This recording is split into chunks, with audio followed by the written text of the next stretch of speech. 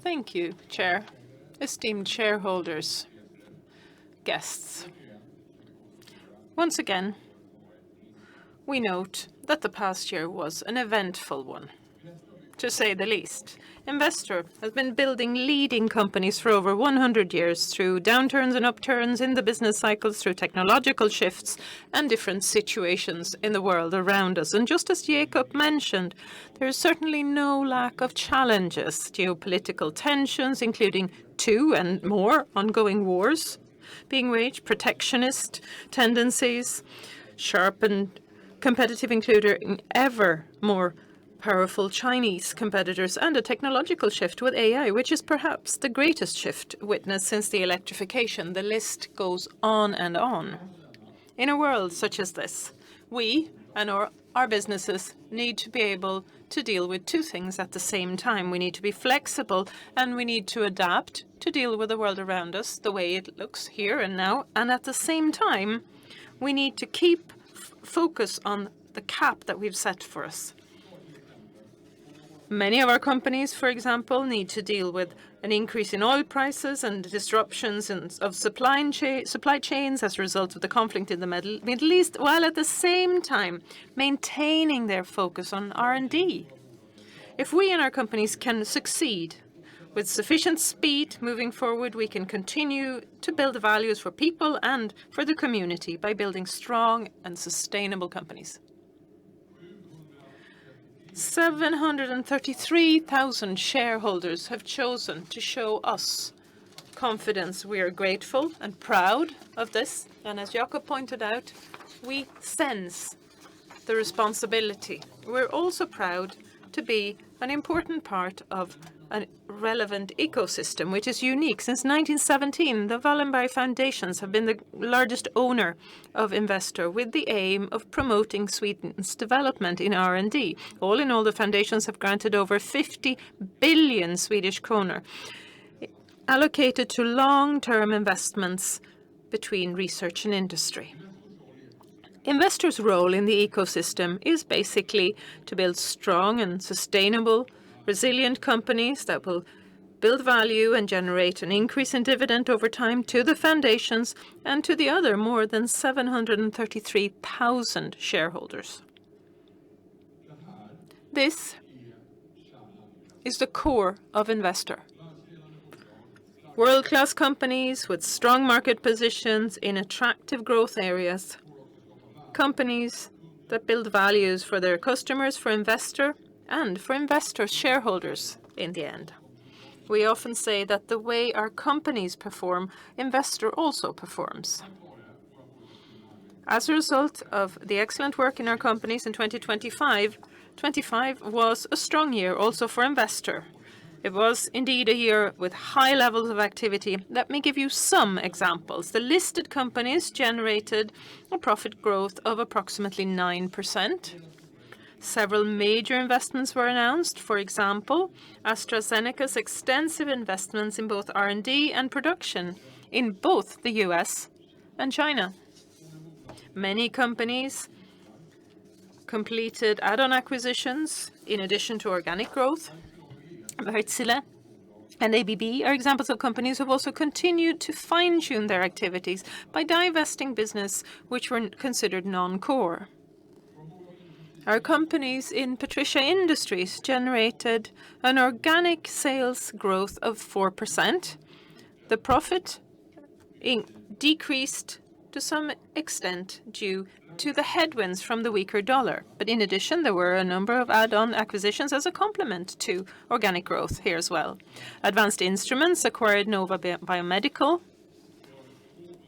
for $2.2 billion, making it Investor's largest acquisition ever. We are convinced of the strength of this combined deal, and the integration has started and got off to an excellent start. We have also high level of activity with investments in equity, the joint investment of Fort Knox, and acquisition of shares in Equity AB, EQT. All in all, Investor have made significant investments in all 3 business areas. All in all, 29 billion kronor in 2025, all of those investments in companies where we see good preconditions for long-term value creation.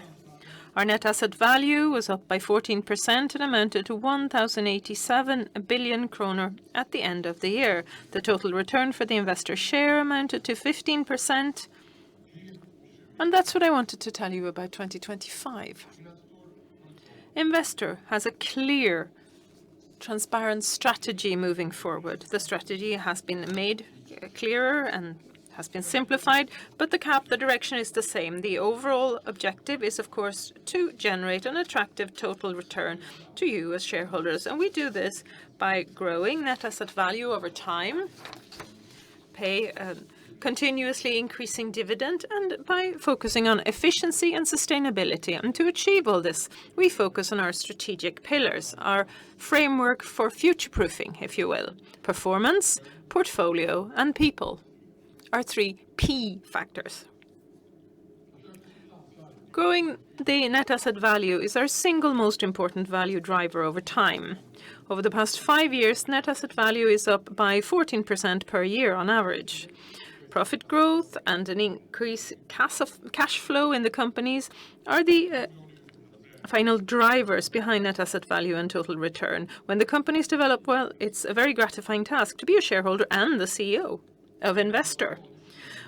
And we will pay a continuously increasing dividend. Over the past 10 years, we've seen an increase in dividends by 8% on average per year, provided that today's AGM will resolve, of course, to adopt the board's proposal to pay a dividend of 5.60 kroner per share.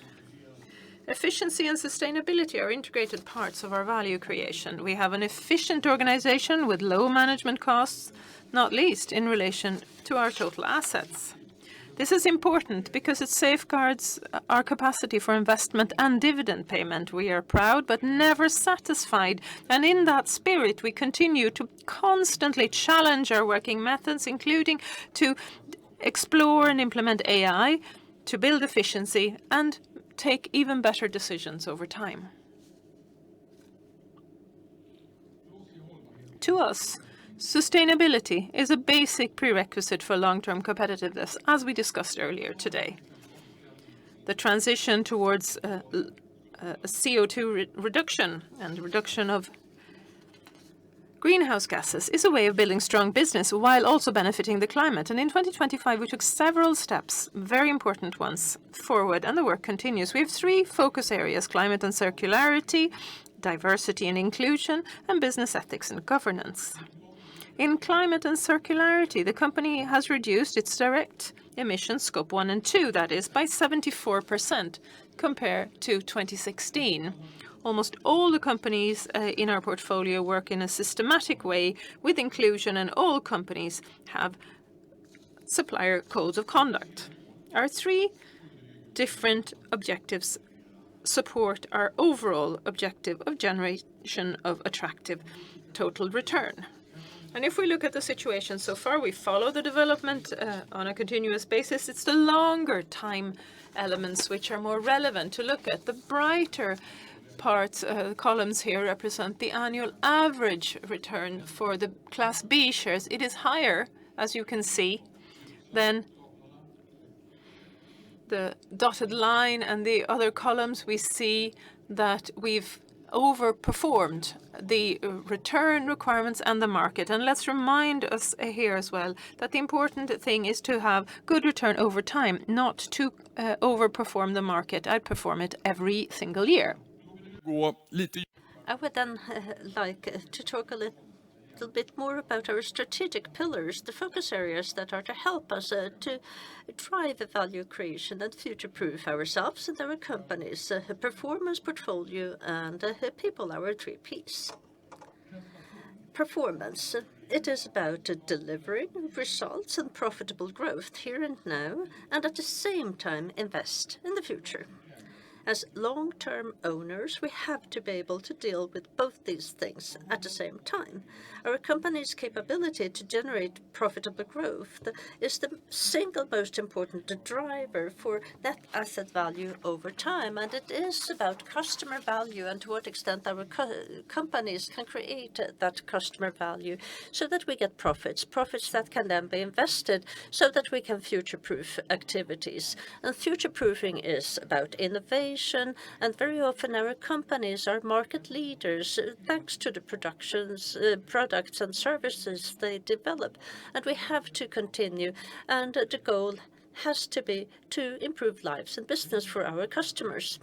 It does happen that companies do not develop in line with their potential, and when that happens, we, as owners, we have to ensure, one, that we are in agreement with the executive team and the board as to what the problem is. Two, we have to have a plan to rectify this, and three, we have to make sure that we have the right people around the table in management, on the board, so that we can execute. Sometimes this is quickly corrected, and other times, unfortunately, it takes a bit longer. Our portfolio, well, it is about investor and all our companies having an ambition to have long-term growth. And the cash flow that we have gives us an opportunity and a responsibility to invest more over time, more than we have been able to historically, so that we can continuously develop our portfolio. And of course, we do this in addition to all the excellent work that is being done in all the specific companies. Well, to work with a portfolio, that also means that sometimes we leave certain businesses where we feel that a company can find a better home with another owner. We cherish our financial flexibility, which means that we can act quickly when necessary. And then the third P, people.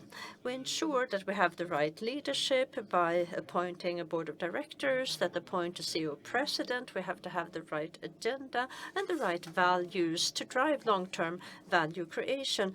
And it's about understanding what to do, and also to ensure that these individuals have the sufficient pace that is necessary.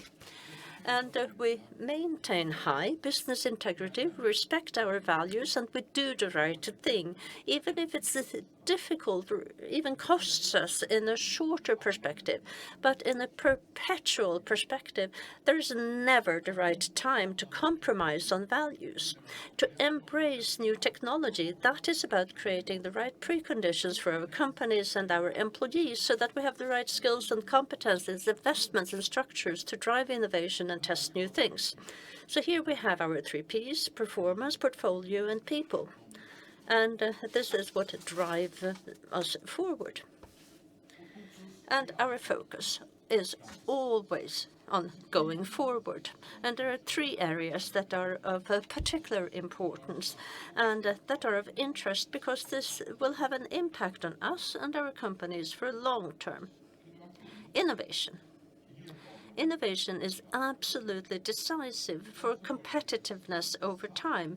And for us, that begins with an obsession to develop better solutions for customers, users, or patients. That is the foundation. That is what gives that reason for being for a company.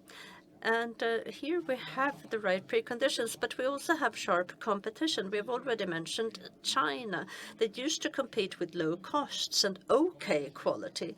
But today, many Chinese companies in a very strikingly short period of time have forged ahead, advanced their positions. So in many sectors today, we see that those Chinese actors, they are there, they're quick, they use innovation, and they apply new technology. And this means that our companies, that we have strong positions today, but we have to continue to work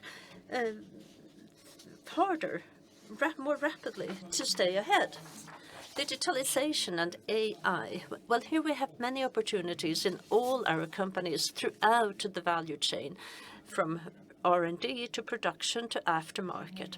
And we see many promising examples as to how AI can shorten development cycles, create more efficient businesses, and improve products and offerings.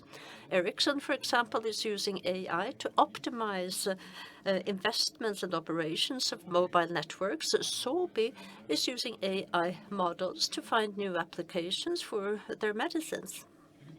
And there are many, many good examples. But at the same time, this is only the beginning of this journey. Technology, well, usually that is not the bottleneck. It's rather our own capacity, innovation, and willingness to change. That is what sets the limits. And one thing I know for sure, if we do not do this, then we will be outrun. Our role as engaged owners is to encourage and push for new investments in technologies, efficiencies, and make sure that we have sharper and sharper offerings from our companies. Sustainability, that is also key for competitiveness over time, and our companies are doing excellent work when it comes to reducing emissions in Scope 1 and 2 through electrification, making things more efficient and using renewables. But the main emissions we have in the value chain in Scope 3, and that is where we have the biggest business opportunities as well, we feel. 90% of our portfolio companies' total emissions come from the use of the products with customers. So when Ericsson, ABB, Atlas Copco, when they develop new, more energy-efficient solutions, that creates a direct added value for the customer because it brings energy costs down, and at the same time we reduce emissions of carbon dioxide. And that is just one example as to how the climate transition has a business value. I would also like to highlight the importance of diversity and inclusion. Lately, this has become somewhat polarized, but we think that it's quite simple. We believe in meritocracy, and we believe that groups where you have different backgrounds and perspectives, that they make better decisions over time.